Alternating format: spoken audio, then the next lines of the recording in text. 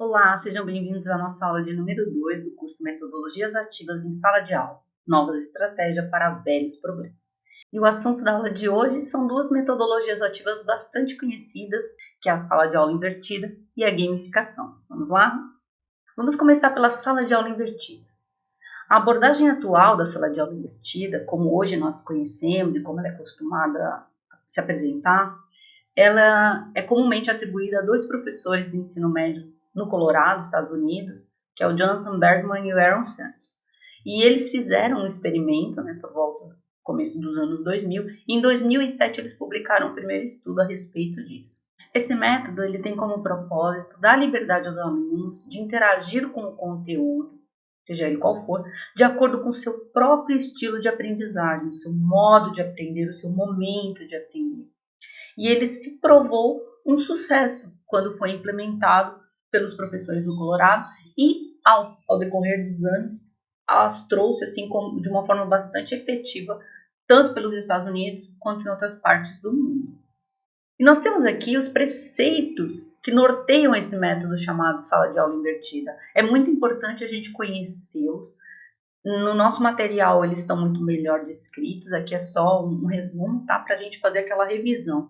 Então, como é que funciona, de um modo geral, a sala de aula invertida? A gente tem o melhor aproveitamento do tempo, justamente pelo fato de que o aluno ele chega preparado na aula, né?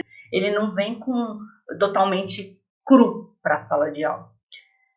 Além disso, existe um senso muito grande de responsabilidade, porque esse aluno ele precisa fazer essa tarefa, ele precisa ler o material ou assistir ao material para poder chegar na aula de maneira participativa. Maior proximidade professor-aluno, professor é aquele mediador que vai circulando ali nos grupos, ele se aproxima muito mais e não fica tão distante lá na frente da sala, né? Se mostrou também uma ótima alternativa para situações de ausência de aluno, como atestados, licenças, em que o aluno ele pode ter todo o conteúdo de uma maneira estudada e depois, dialogando com o professor, esclarecer aquelas possíveis dúvidas.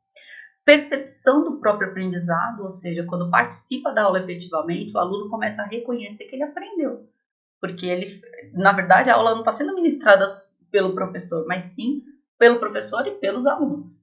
Interação com o conteúdo, participação no processo de avaliação, o que é muito importante, porque não basta você só delegar responsabilidades, é preciso que o aluno também conheça que essas responsabilidades elas têm consequências e elas são avaliadas. Como é que faz essa avaliação? De que maneira ele é avaliado? Deixa de ser aquela coisa de prova e média aritmética para ser algo muito mais importante, que realmente mostre o aprendizado que ele tem.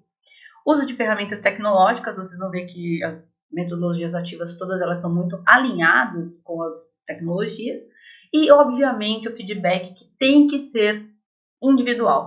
É dado um feedback coletivo durante a aula, porém, o feedback individual ele é muito importante, porque cada aluno é tratado na sua individualidade e, portanto, aprende diferente. Como os estilos de aprendizagem são diferentes, obviamente, cada aluno aprende diferente, portanto, merece uma resposta, um feedback do professor também individual. Como desafios para a aplicação dessa metodologia ativa, sala de aula invertida, nós esbarramos em alguns velhos problemas que ainda assombram a educação do século XXI. O primeiro deles, o problema da inclusão digital, seja falta de acesso ou falta de conhecimento, manusear de artefatos tecnológicos. Segundo, a resistência pelo modelo tradicional e falta de percepção de que os tempos dos alunos mudaram, muito mais por parte dos professores e gestores, porque não pense que é muito fácil você começar a implementar uma metodologia ativa, que, como diz o nome, elas são ativas e, portanto, elas saem um pouco da ordem natural, daquele modelo de controle da escola, e isso não é aceito por alguns gestores escolares. Então, assim, temos esse problema, sim, de resistência. E a dificuldade dos alunos em assumir mais responsabilidades para a sua experiência de aprendizagem individual. O que significa assumir mais responsabilidades? Como eu falei, eles vão precisar preparar, ou melhor, chegar preparados por terem lido um texto, por terem assistido a um vídeo, por terem, enfim, estudado o material que é dado antecipadamente. E muitos alunos não têm essa responsabilidade, eles estão acostumados a chegar na escola assim. sem nada, e ali o professor vai despejando, e alguns anotam, outros copiam, mas eles não têm essa responsabilidade de construir o conhecimento. Então isso demora, viu, gente? Os próprios idealizadores da sala de aula invertida, eles relatam, falam que é um desafio muito grande e leva tempo até que os alunos se acostumem a esse método.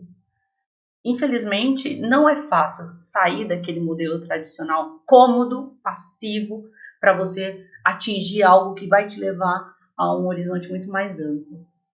Nosso papel também é esse, ir mostrando aos poucos como se transforma, né? Como é que se transforma alguma matéria em conhecimento efetivo. E a segunda metodologia ativa que nós trazemos nessa segunda semana é a gamificação. O que é a gamificação? É um conceito criado pelo britânico Nick Pilling, que consiste na utilização de elementos dos jogos, muitos deles tradicionais, jogos tradicionais conhecidos, né, fora do seu contexto. Então, é trazer os elementos dos jogos para fora do seu contexto, com a finalidade de mobilizar os sujeitos à ação, auxiliar na solução de problemas e promover aprendizagens.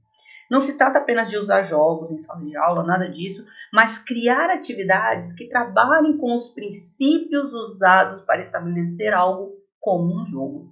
Então, o jogo tem regras, o jogo tem um certo método, né? Não é simplesmente jogar. Então, você começa com os alunos a estabelecer desde as regras desse jogo até a constituição final.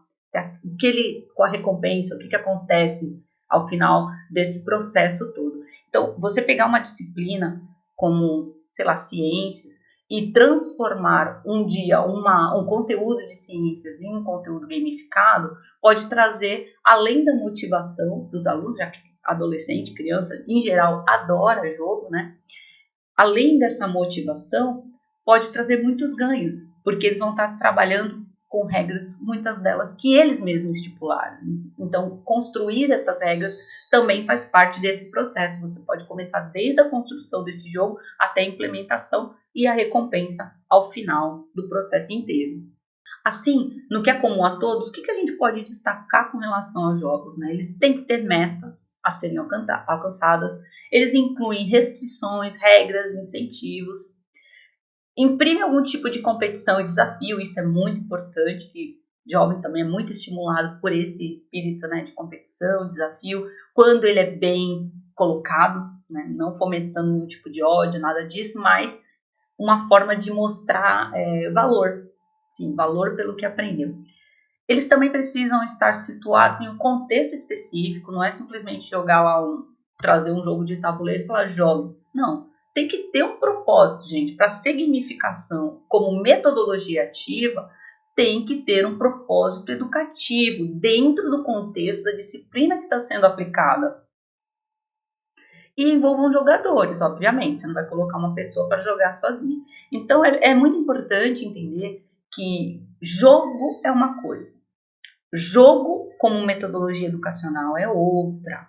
Então, exige planejamento, exige comprometimento tanto do aluno quanto do professor, que está ali mediando todo o processo, será o grande juiz, digamos assim, nessa partida de jogo, nessa rodada de jogo, e é preciso ter essas características, né? Porque senão você simplesmente tem o jogo como lúdico e tapa buraco dentro de uma sala de aula, que não é o propósito, a menos que a aula seja uma aula que envolva jogo, como uma aula de educação física, que aí o jogo faz parte. Mas se você quer trazer o jogo para dentro do seu contexto, da sua disciplina, que não é uma disciplina já intimamente ligada à prática de jogos, você precisa seguir alguns preceitos que fazem parte do que nós chamamos de gamificação. E esses preceitos, eles envolvem, olha, o que seriam o que envolve e o que traz de benefício a gamificação? Diversão, escolha, engajamento, haja vista que é algo que envolve pessoas, né? Já falamos que não se joga sozinho. Exposição, porque de uma certa forma eles vão estar expondo conteúdos, expondo conhecimento, expondo-se a si mesmo. Reflexão, principalmente depois das lições aprendidas, né? Seja na vitória, seja na derrota, enfim, o que a gente aprendeu a respeito daquilo. E informação. tá? Então, tudo isso articulado junto constitui um contexto muito interessante que pode se adaptar muito bem a várias disciplinas. É importante também destacar que, assim como a sala de aula invertida não é para ser feita todos os dias, a gamificação também não é para ser feita todos os dias. Como eu falei, metodologias ativas, elas fazem parte da estratégia metodológica do professor, mas não dá para você deixar a cargo 100% a sua aula de metodologias ativas. Escolher um conteúdo e trabalhar aquele conteúdo de maneira invertida ou com gamificação é uma coisa, você vai ver que o resultado vai ser diferente. Porém, se você usar sempre essa estratégia massivamente, os seus alunos mesmos não vão se sentir mais motivados. Então, é preciso prestar muita atenção aos sinais que os alunos dão. A gamificação ela pode ser útil para aprendizagem e instrução porque promove o envolvimento dos alunos. Devido à sua natureza lúdica e divertida, a gamificação pode ser uma boa solução para ajudar a resolver esses problemas de desinteresse, falta de participação do aluno na sala de aula, além de contribuir para o aprendizado de conceitos nas mais diversas áreas do conhecimento. Importante, nem todo mundo gosta de jogo. Então, sempre tenha em princípio conhecer quem é o seu público, quem é o seu aluno, para aí sim escolher a melhor metodologia ativa que você possa atingi-lo, digamos assim. Bom, e esse foi o nosso panorama sobre sala de aula invertida e gamificação. Nosso material escrito está muito mais rico, tem muito mais informações, né? Coisas que nós não conseguimos passar aqui em 10, 15 minutos. Então, peço que vocês assistam aos vídeos, leiam com atenção os materiais, participem da atividade e nós nos vemos na semana que vem.